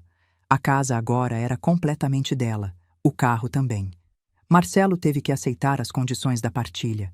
Ficou sem os bens que Beatriz tinha comprado e ainda teve que pagar ressarcimento pelos gastos comprovados com a amante. Seu advogado tentou brigar, mas as provas eram contundentes demais. Recibos, extratos bancários, tudo documentado. No final, Marcelo teve que aceitar a derrota. Eu continuava visitando Beatriz regularmente, mas agora as visitas eram diferentes. Já não chegava para consolá-la enquanto chorava. Chegava para tomar café enquanto ela me contava sobre seus planos, sobre como estava redecorando a casa, tornando-a dela, sobre como estava pensando em retomar o projeto da loja de roupas que tinha abandonado anos atrás, porque Marcelo sempre dizia que não era o momento certo. Minha filha estava curando, lento, dolorosamente, mas estava curando, e Fábio tinha se tornado uma presença constante nesse processo de cura. Se viam sempre, tomavam café, caminhavam no parque, conversavam durante horas sobre o que tinham vivido, sobre como se sentiam, sobre como era possível que duas pessoas que tinham compartilhado suas vidas com eles os tivessem traído daquela maneira. E nessas conversas encontravam algo que não tinham tido em muito tempo: compreensão. Uma tarde, Beatriz chegou na minha casa. Eu estava no jardim regando as plantas. Quando escutei o carro dela estacionar, saiu com um sorriso no rosto, um sorriso genuíno daqueles que não via há muito tempo. "Oi, mãe", me disse, dando um beijo na bochecha. "Oi, filha, você está bem?" "Estou bem", respondeu. E dizia de verdade. Entramos na casa e sentamos na sala. Servi um copo de água fresca e sentei em frente a ela. "Aconteceu algo?" perguntei, notando que havia algo diferente nela, algo leve. "Sim", disse, e seus olhos brilhavam. "Hoje vi Viviane." Fiquei tensa imediatamente. "Onde?" "No supermercado. Estava na seção de legumes. Eu ia entrando e vi ela. E por um momento pensei em dar a volta e sair dali. Mas aí pensei, por que deveria ser eu quem foge? Eu não fiz nada de errado, então continuei andando." "E ela te viu?" "Sim, nos vimos. E sabe o que, mãe? Foi revelador." "O que quer dizer?" Beatriz tomou um gole de água e suspirou. Viviane parecia acabada. Tinha o cabelo sem arrumar, a roupa amarrotada, olheiras profundas. Não era a mulher impecável que costumava ser. E quando me viu, empalideceu. Tentou se esconder atrás de uma prateleira, mas era tarde demais. Eu já tinha visto. Você falou com ela? Não, mas ela falou comigo. Se aproximou com a cabeça baixa e me disse: Beatriz, eu sinto tanto. Sei que não tenho direito de te pedir perdão, mas preciso que saiba que sinto. E você o que disse? Beatriz me olhou. Disse a verdade, mãe. Disse: não te perdoo, e provavelmente nunca vou perdoar, porque o que você fez não tem perdão. Mas também não te odeio, porque te odiar seria dar importância demais para alguém que já não significa nada na minha vida. Então só espero que aprenda a viver com o que fez, porque eu já aprendi a viver sem você e sem Marcelo. Senti um nó na garganta porque essas palavras não vinham de um lugar de dor, vinham de um lugar de lucidez, de aceitação, de paz. E o que ela disse? Nada. Só ficou lá me olhando com os olhos cheios de lágrimas e depois eu continuei andando porque já não tinha mais nada para dizer. Beatriz deixou o copo sobre a mesa e pegou minhas mãos. Sabe o que entendi hoje, mãe? Entendi que eu não preciso que Viviane sofra para me sentir melhor. Não preciso que Marcelo se arrependa para curar, porque minha cura não depende deles. Depende de mim, da minha capacidade de soltar o que me machucou, da minha capacidade de seguir em frente sem carregar esse ressentimento. Isso é sabedoria, filha, disse sentindo orgulho e emoção. É exatamente isso que você precisava entender. E aprendi com você, mãe, da maneira como você lidou com tudo naquele dia. Você poderia ter gritado com Marcelo, poderia ter batido em Viviane, poderia ter feito um escândalo, mas não fez. Só fez o necessário. Os trancou, ligou para as pessoas certas e deixou que a verdade falasse por si só. Não precisou de vingança, porque sabia que o tempo se encarregaria de fazer justiça. Assenti lembrando daquele momento, lembrando a tentação que tinha tido de gritar com eles, de insultá-los, de fazê-los sentir ao menos uma fração da dor que tinham causado, mas também lembrando a decisão consciente que tomei de não fazer. Porque a vingança nunca traz paz, só traz mais dor. O tempo sempre faz justiça, filha, disse, sempre. Talvez não da maneira que esperamos, talvez não tão rápido quanto gostaríamos, mas sempre faz. Beatriz assentiu. Viviane perdeu seu casamento, perdeu sua casa, perdeu seu negócio e agora mora com a mãe num quarto pequeno trabalhando numa loja para poder pagar suas dívidas. Fábio me contou, diz que a última vez que a viu, ela tentou pedir perdão também, mas ele disse o mesmo que eu, que não a odiava, mas que também não a perdoava e que ela teria que aprender a viver com as consequências dos atos dela. E Marcelo? Marcelo também está enfrentando suas consequências. A irmã dele me contou quando a encontrei no mercado. Perdeu a casa, perdeu o carro, está morando num apartamento pequeno, dividindo com um colega de trabalho. E Viviane, depois de tudo o que aconteceu, não quis ficar com ele. Porque ela também entendeu algo, que um homem que é capaz de trair a esposa é capaz de trair qualquer um. Então agora estão os dois sozinhos, cada um carregando com o peso do que fizeram. Essa é a justiça poética, disse. Eles procuraram sua felicidade à custa da felicidade de vocês e no final não encontraram nem uma coisa nem outra. Exato, disse Beatriz. E eu, em compensação, estou encontrando minha paz.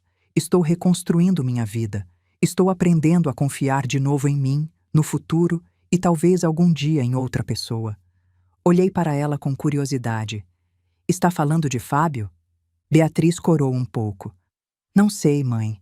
Fábio é maravilhoso, é gentil, respeitoso, compreensivo.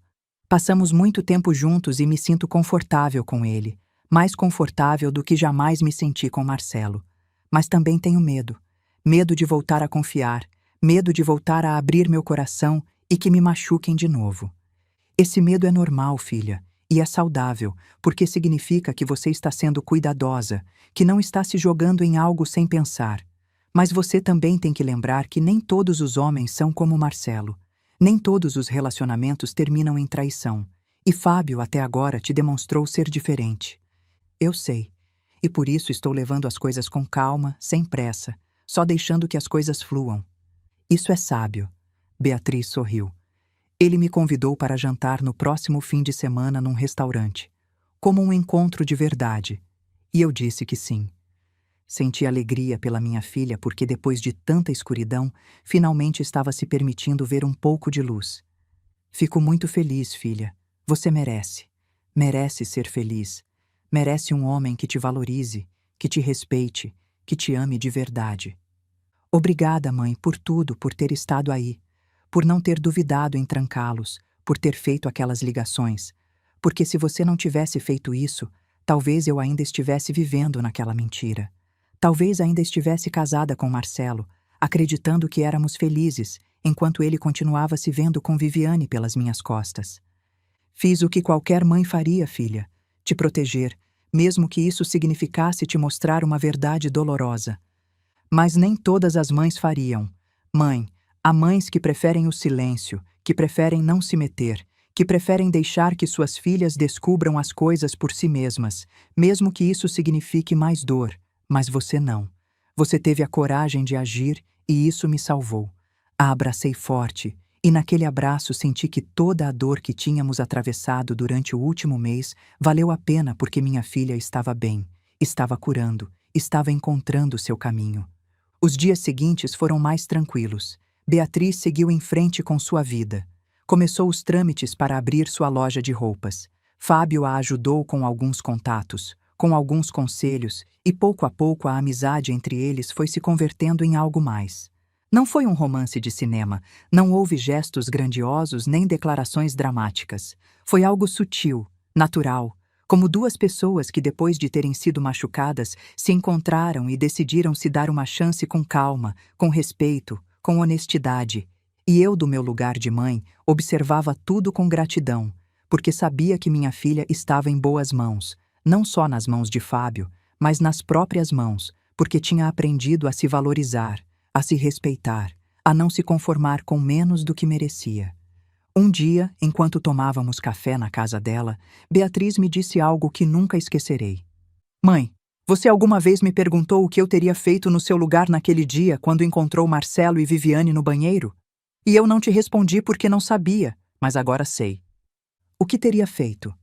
Exatamente o mesmo que você, porque entendo agora que às vezes o ato mais amoroso que você pode fazer por alguém é mostrar a verdade, mesmo que doa, mesmo que destrua, porque uma verdade dolorosa sempre é melhor que uma mentira confortável. Sorri sentindo que minha filha tinha crescido, não só em idade, mas em sabedoria. É isso mesmo, filha, é isso. E enquanto a olhava, pensei em como a vida tem uma maneira estranha de equilibrar as coisas. Marcelo e Viviane tinham perdido tudo, não porque eu me vingasse, não porque Beatriz e Fábio os destruíssem, mas porque as consequências naturais dos atos deles os alcançaram.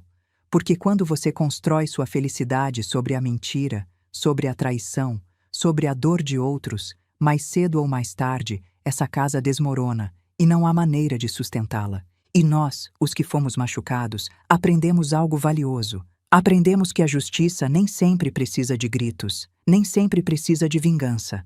Às vezes só precisa de tempo e verdade, e a tranquilidade de saber que você fez o certo. Eu tranquei 2 traidores num banheiro, não para castigá-los, mas para proteger minha filha, para dar a ela a oportunidade de ver com os próprios olhos o que eu já tinha visto. E essa decisão, esse gesto silencioso mudou tudo, porque às vezes o ato mais poderoso é o mais simples. Trancar uma porta, fazer 2 ligações e deixar que a verdade fale. 6 meses tinham passado desde aquele dia que mudou tudo. 6 meses nos quais a vida tinha tomado caminhos que nenhum de nós tinha imaginado. Beatriz tinha aberto sua loja de roupas. Era pequena, mas estava crescendo. Cada dia chegavam mais clientes, atraídas pelo bom gosto dela, pelos preços justos, pela calidez com que ela as atendia. Minha filha tinha encontrado seu propósito, e isso a fazia brilhar de uma maneira que Marcelo nunca conseguiu. Fábio e ela eram oficialmente um casal. Não tinham se apressado, tinham levado seu tempo para se conhecer, para curar juntos, para construir algo sólido sobre bases de honestidade e respeito. E vê-los juntos era ver 2 pessoas que finalmente tinham encontrado o que mereciam. Um amor verdadeiro, sem mentiras, sem traições, sem máscaras. Eu continuava visitando Beatriz regularmente, mas agora as visitas eram diferentes. Já não chegava para consolar, chegava para celebrar, para rir, para planejar, para aproveitar ver minha filha feliz. Mas um dia tudo mudou de novo. Era um sábado à tarde. Eu estava na minha casa preparando o jantar quando meu telefone tocou. Era Beatriz. Mãe. Sua voz soava estranha, não triste, mas também não alegre. Era desconcertada. O que foi, filha? Acabei de receber uma ligação de Marcelo. O sangue gelou. O que ele queria? Quer me ver. Diz que é urgente, que precisa falar comigo. E você o que disse? Que não tenho nada para falar com ele. Mas ele insistiu. Disse que está doente, mãe, que precisa da minha ajuda. Franzi o senho. Doente de quê? Não quis me dizer por telefone, só disse que precisava me ver. Uma última vez. Suspirei. Conhecia homens como Marcelo. Sempre tentavam voltar. Sempre procuravam uma última chance. Sempre tinham uma desculpa, uma súplica, uma armadilha. Você quer vê-lo? Beatriz ficou em silêncio por um momento. Não sei, mãe. Uma parte de mim diz que não devo nada a ele, que já fechei esse capítulo, mas outra parte tem curiosidade, quer saber o que aconteceu com ele, como está. Não porque me importe num sentido romântico, mas porque, não sei, talvez eu precise desse fechamento final. Se decidir vê-lo, não vá sozinha, quero ir com você. Está bem. Vou dizer que ele pode vir à loja amanhã ao meio-dia, quando tiver gente ao redor. Não quero ficar a sós com ele. Me parece bem. Estarei aí. Aquela noite não consegui dormir bem. Pensava em Marcelo, no que pretendia, em que jogo estava jogando agora, porque os manipuladores nunca mudam, só refinam suas estratégias. No dia seguinte cheguei à loja de Beatriz cedo. Ela estava atendendo uma cliente mostrando uns vestidos. Quando terminou, se aproximou de mim. Está pronta? Perguntei. Tanto quanto posso estar. Ao meio-dia em ponto, Marcelo chegou. Vi através do vidro da loja antes que entrasse e quase não o reconheci. O homem que tinha sido meu genro, o homem que tinha sorrido com arrogância enquanto me chamava de velha louca, não existia mais. Em seu lugar havia um homem definhado com o rosto pálido, olheiras profundas, roupa que ficava grande, como se tivesse perdido muito peso em pouco tempo. Entrou na loja devagar, olhou para Beatriz e em seus olhos havia algo que nunca tinha visto antes. Derrota. Oi, Beatriz, disse, e sua voz soava fraca, apagada. Oi, Marcelo, respondeu ela mantendo a distância. Disse que precisava falar comigo. Estou aqui, mas você tem 10 minutos, não mais. Marcelo olhou ao redor. Viu as clientes que estavam olhando roupas, me viu parada ao lado de Beatriz com os braços cruzados e soube que não ia ter a privacidade que provavelmente tinha esperado. Podemos falar lá fora? Perguntou. Não, disse Beatriz com firmeza. Aqui está bom. Diga o que tem para dizer. Marcelo baixou o olhar, respirou fundo e quando voltou a olhá-la, seus olhos estavam cheios de lágrimas. Estou doente, Beatriz. Muito doente. De quê? Câncer. De estômago. Estágio avançado. O silêncio que seguiu foi denso. Beatriz o olhou processando a informação e eu também o olhava tentando detectar se isso era outra de suas mentiras. Mas algo na maneira como disse, na fragilidade do corpo dele, me fez pensar que desta vez estava dizendo a verdade. Quanto tempo? Perguntou Beatriz. Os médicos dizem que talvez 6 meses, talvez 1 ano, depende de como respondo ao tratamento. Mas não tenho dinheiro para o tratamento, Beatriz. Perdi tudo, o trabalho, o apartamento, tudo. Estou morando com minha irmã e ela mal pode me ajudar. Beatriz o olhou fixamente. E está me dizendo isso porque quer que eu te ajude? Assentiu, limpando as lágrimas. Sei que não tenho direito, sei que não mereço nada de você, mas não tenho mais ninguém. Por favor, Beatriz, por favor. Minha filha não disse nada por um momento e eu pude ver em seus olhos o conflito. A parte dela que ainda lembrava do homem de quem tinha se apaixonado e a parte dela que lembrava do homem que a tinha traído durante anos. Finalmente falou. Sinto muito, Marcelo. Lamento que esteja doente, de verdade lamento, mas não vou te ajudar. Marcelo a olhou surpreso. Beatriz, por favor. Não, o interrompeu ela. Me escuta bem. Durante 5 anos eu estive ao seu lado. Te apoiei, acreditei em você, te amei, e você me pagou com mentiras, com traição, com humilhação. Agora você vem aqui doente pedindo ajuda e quer que eu, depois de tudo que me fez, te salve. Mas sabe de uma coisa, Marcelo? Eu não sou sua salvação. Nunca fui e não vou ser agora. Beatriz, estou te implorando. E eu te implorei tantas vezes. Te implorei para me dizer a verdade quando encontrei aquelas mensagens. Te implorei para parar de me fazer sentir louca quando meu instinto me dizia que algo estava errado. Te implorei para me respeitar e você não fez. Então agora, quando é você quem implora, não espere que eu seja diferente do que você foi comigo. Marcelo se desmoronou, cobriu o rosto com as mãos e começou a chorar. E por um momento quase senti pena dele. Quase. Mas aí lembrei de toda a dor que tinha causado à minha filha e essa pena se esvaiu. E Viviane? Perguntou Beatriz. Ela não pode te ajudar? Marcelo levantou a vista e em seu rosto havia amargura. Viviane me deixou. Quando perdi o dinheiro, quando perdi tudo, ela foi embora. Disse que não podia ficar com um homem que não tinha nada para oferecer. Disse que o que tivemos foi um erro. E foi embora sem olhar para trás. Ali estava a justiça poética em sua máxima expressão. O homem que tinha traído sua esposa pela prima.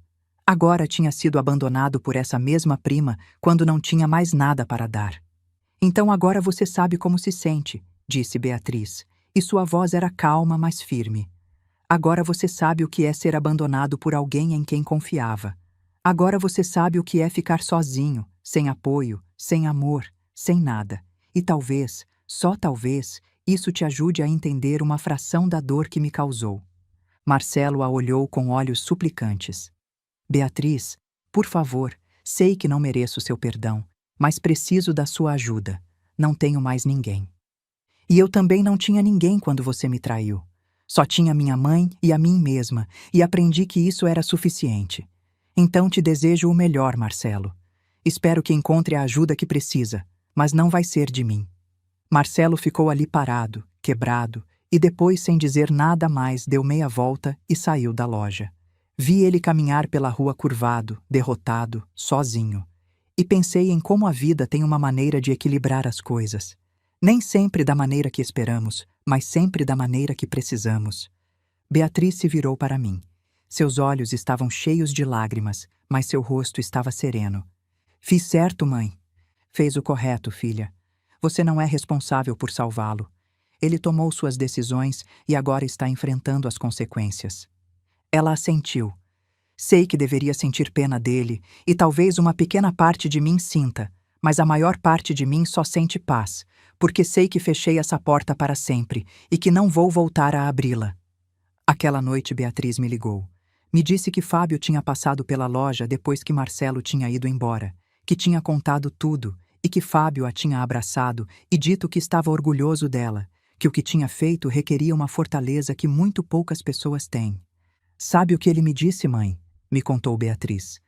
Me disse que ele também tinha visto Viviane há umas semanas, que ela estava trabalhando numa loja de conveniência, ganhando salário mínimo, morando num quarto pequeno, que tinha tentado falar com ele, pedir perdão, pedir ajuda, e que ele disse exatamente o mesmo que eu disse para Marcelo, que sentia por ela, mas que não ia ajudá-la porque ela tinha tomado suas decisões e agora tinha que viver com elas. Fábio é um bom homem, disse. É, mãe. E acho que finalmente entendo algo. Entendo que as pessoas que nos machucam nem sempre recebem um castigo imediato. Às vezes demora anos, às vezes demora meses, mas eventualmente a vida cobra. E quando cobra, é de uma maneira que nenhuma vingança humana poderia igualar. É isso mesmo, filha, a vida sempre cobra suas dívidas. Passaram os dias e depois as semanas, e um dia Beatriz recebeu uma ligação da irmã de Marcelo. Marcelo tinha morrido. O câncer tinha avançado mais rápido do que os médicos tinham previsto. Morreu sozinho num hospital público, sem ninguém ao lado. Beatriz chorou quando recebeu a notícia, não porque ainda o amasse, mas porque é triste ver como uma vida se desperdiça, como um homem que poderia ter tido tudo terminou sem nada. Pelas próprias decisões, pelas próprias mentiras. Fomos ao funeral. Não porque Marcelo merecesse, mas porque Beatriz precisava desse fechamento final. Precisava ver que esse capítulo da vida dela tinha terminado completamente. O funeral foi pequeno, só estavam a irmã dele, alguns primos distantes e nós. Viviane não foi. Ninguém sabia onde estava. Ninguém se importava o suficiente para procurá-la. Quando baixaram o caixão, Beatriz se aproximou e em voz baixa disse: "Você me chamou de louca quando suspeitei de você. Anos depois eu estava construindo uma vida nova enquanto você morria sozinho num hospital. A vida sempre cobra suas dívidas, Marcelo, sempre." E se virou e foi embora sem olhar para trás. Aquela noite jantamos juntas na minha casa, Beatriz, Fábio e eu. E pela primeira vez em muito tempo, a conversa não girou em torno do passado, girou em torno do futuro, dos planos da loja, da possibilidade de Fábio e Beatriz morarem juntos, da possibilidade de que algum dia eu fosse avó. E enquanto os escutava falar, sorrir, sonhar, pensei em como tudo tinha começado. Com uma chave, com uma porta trancada, com 2 ligações telefônicas, e pensei em como às vezes o ato mais pequeno pode mudar o curso de toda uma vida. Porque se eu não tivesse chegado cedo naquele dia, se não tivesse aberto aquela porta, se não os tivesse encontrado, Beatriz ainda estaria vivendo numa mentira e Marcelo e Viviane ainda estariam destruindo vidas sem consequências. Mas eu cheguei, os encontrei, os tranquei e fiz aquelas ligações e a verdade saiu à luz e a justiça, embora tenha demorado, chegou. Não com vingança, não com gritos, não com violência, mas com algo muito mais poderoso, consequências naturais. Porque quando você constrói sua felicidade sobre a mentira, sobre a traição, sobre a dor de outros, mais cedo ou mais tarde tudo desmorona e você fica sozinho com suas decisões, com seus arrependimentos, com seu vazio. E essa, no final, é a justiça mais perfeita de todas. Se passaram 2 anos desde aquele dia que mudou nossas vidas para sempre. 2 anos desde que cheguei à casa da minha filha para organizar uma festa surpresa que nunca aconteceu. 2 anos desde que abri uma porta e encontrei uma verdade que ninguém queria ver. 2 anos desde que girei uma chave e mudei o destino de 4 pessoas. E agora, sentada no jardim da minha casa, com uma xícara de café entre as mãos e o sol da tarde acariciando meu rosto, posso olhar para trás e entender que tudo teve um propósito, que cada decisão que tomei naquele dia, embora dolorosa, foi necessária. Beatriz está feliz, verdadeiramente feliz. Sua loja de roupas cresceu mais do que jamais imaginou. Agora tem 2 filiais e está planejando abrir uma terceira. Se tornou uma empresária de sucesso, respeitada, admirada, mas mais importante que isso, se tornou uma mulher que conhece seu valor, que não negocia sua dignidade, que não aceita migalhas disfarçadas de amor. E Fábio está ao lado dela. Se casaram há 6 meses. Foi um casamento pequeno, íntimo, cheio de pessoas que verdadeiramente os amam. Eu estive lá, claro, na primeira fila, vendo minha filha caminhar até o altar com um sorriso que iluminava todo o salão. Um sorriso que não era de ilusão, era de certeza, de paz, de saber que desta vez estava escolhendo bem. Quando o juiz perguntou se aceitavam amar e respeitar um ao outro todos os dias de suas vidas, os 2 disseram sim, com uma convicção que só tem as pessoas que sabem o que é perder, que sabem o que é ser traído e que por isso valorizam cada momento de honestidade, cada gesto de respeito, cada palavra de verdade. Depois da cerimônia, Beatriz se aproximou de mim, pegou minhas mãos e com lágrimas nos olhos me disse: "Obrigada, mãe, por tudo, por ter me salvado naquele dia, por não ter tido medo de me mostrar a verdade, por ter me ensinado que o amor verdadeiro não machuca, que o amor verdadeiro não mente, que o amor verdadeiro não trai." A abracei forte e sussurrei no ouvido dela: "Não tem nada para agradecer, filha. Só fiz o que qualquer mãe que ama sua filha faria. Te protegi, mesmo que isso significasse te mostrar algo doloroso." E enquanto a abraçava, pensei em todas as mães do mundo que veem coisas que não gostam, que suspeitam de coisas que não querem confirmar, que têm aquela voz interior que diz que algo não está bem com o homem que dorme ao lado da filha, mas que calam por medo, por não querer ser intrometidas, por não querer estragar a ilusão de felicidade. E pensei em quantas filhas teriam se salvado de anos de dor se suas mães tivessem tido a coragem de falar, de agir, de mostrar a verdade. Não digo que todas as suspeitas sejam certas. Não digo que todas as mães devam se tornar investigadoras particulares. Mas digo que quando algo não se sente bem, quando algo te inquieta, quando vê sinais que não batem, você tem o dever moral de dizer, de não ficar calada, porque o silêncio muitas vezes é cúmplice do dano. Há umas semanas, Beatriz me deu uma notícia que encheu meu coração de alegria. Está grávida. Vai ter uma menina e já escolheu o nome. Sofia. Porque isso foi o que encontrou depois de tanta escuridão, mãe. Sabedoria. Sabedoria de que as coisas podiam melhorar, sabedoria de que podia voltar a confiar, sabedoria de que podia ser feliz de novo. E quando essa menina nascer, minha neta, vou segurá-la nos braços.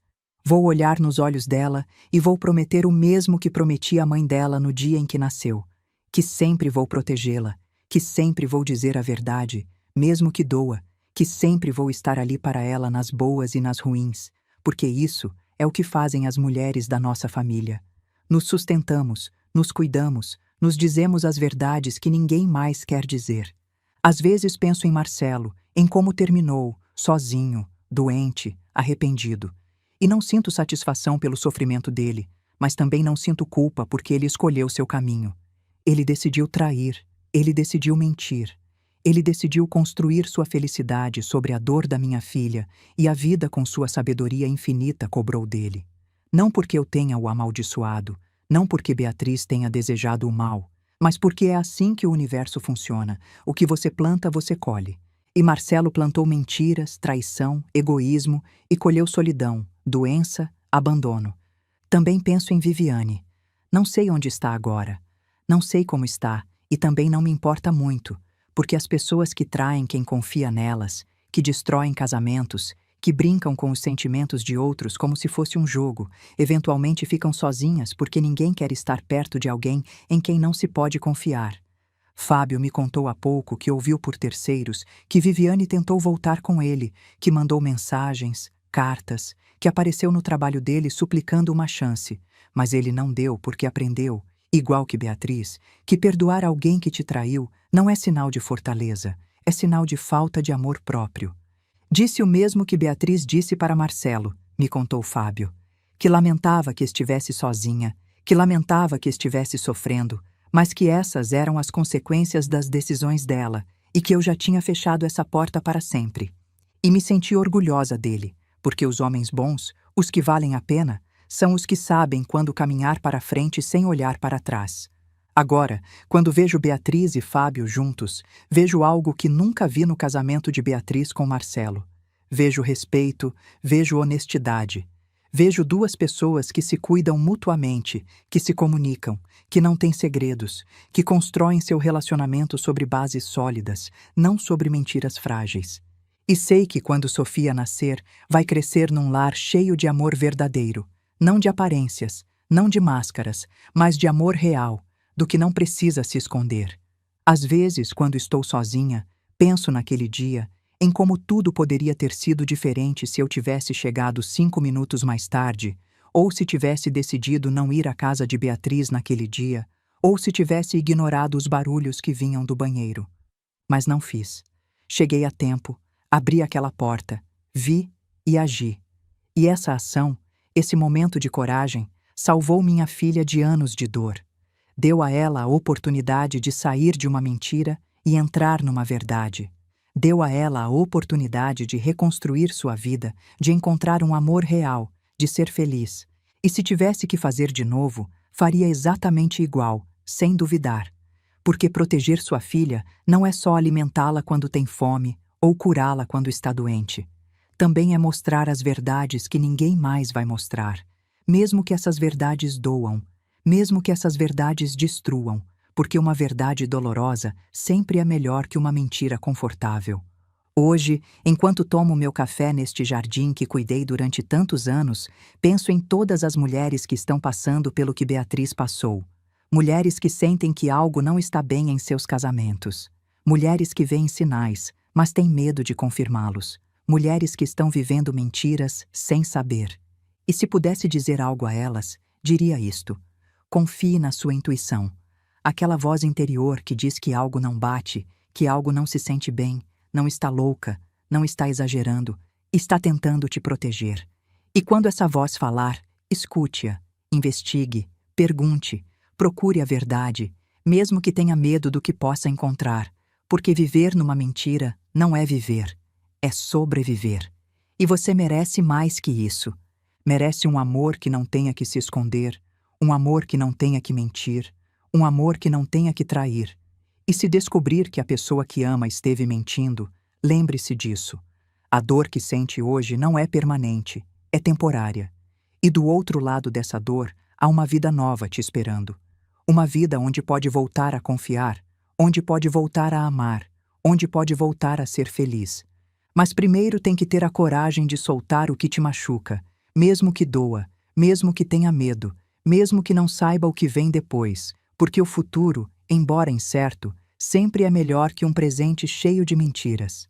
E as mães que estão lendo isso, que veem coisas que não gostam nos relacionamentos de suas filhas, digo, não fiquem caladas, não ignorem aquela voz interior, não tenham medo de serem chamadas de intrometidas, porque proteger sua filha é seu dever, e às vezes isso significa mostrar verdades que ninguém mais vai mostrar. Eu tranquei 2 traidores num banheiro, fiz 2 ligações telefônicas e mudei o curso da vida da minha filha. Foi fácil? Não. Foi doloroso? Sim. Valeu a pena? Absolutamente, porque agora minha filha é feliz, verdadeiramente feliz, e está construindo uma família sobre bases sólidas e vai ensinar à filha dela os mesmos valores que eu ensinei a ela: dignidade, respeito, amor próprio.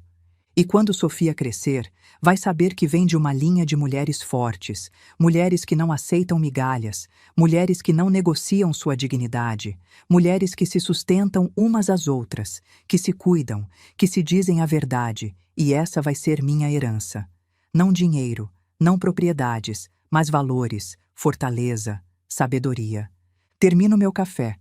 O sol está baixando no horizonte, pintando o céu de laranjas e rosas, e penso na sorte que tive de ter tido a coragem de agir naquele dia, de ter protegido minha filha, de ter sido testemunha da transformação dela de uma mulher quebrada para uma mulher plena.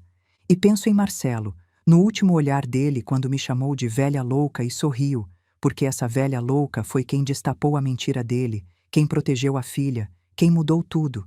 E se pudesse vê-lo de novo, diria: você subestimou a mulher errada, Marcelo, porque uma mãe que protege sua filha é a força mais poderosa do universo, e você aprendeu isso tarde demais. Levanto da cadeira, entro na casa e me preparo para ir jantar com Beatriz e Fábio, porque hoje é um dia especial. Hoje vão revelar o projeto do quarto de Sofia e querem que eu esteja lá porque sou parte desta família, desta nova família que nasceu das cinzas de uma mentira. E enquanto dirijo até a casa deles, penso no que vou dizer à minha neta quando nascer. Vou contar esta história não para enchê-la de medo, mas para ensinar que as mulheres da nossa família não desistem, não aceitam menos do que merecem e sempre, sempre dizem a verdade. Porque a verdade, mesmo que doa, sempre te liberta. E eu libertei minha filha com uma chave, com 2 ligações, com a coragem de agir quando outros teriam calado. E se minha história ajuda uma só mulher a abrir os olhos, se ajuda uma só mãe a ter a coragem de proteger sua filha, se ajuda uma só pessoa a entender que merece mais que mentiras, então tudo terá valido a pena, porque no final é disso que se trata a vida. Não de acumular coisas, mas de cuidar das pessoas que você ama, de protegê-las, de sustentá-las, de dizer a verdade, mesmo que doa. E eu fiz isso e faria de novo 1000 vezes porque sou Carmen, e esta foi a história que precisava contar. A história de como uma velha louca salvou sua filha. A história de como uma chave mudou um destino. A história de como a verdade sempre, sempre encontra a maneira de sair à luz e a história de como a justiça, embora demore, sempre chega. Obrigada por me escutar até o final. Se esta história tocou seu coração, se inscreva e ative o sininho para escutar mais histórias de mulheres que transformaram sua dor em sabedoria. Cada dia uma mulher, uma lição de vida. Compartilhe esta história com alguém que você ama. Às vezes, uma história assim pode mudar todo um dia. Que Deus te abençoe e até a próxima.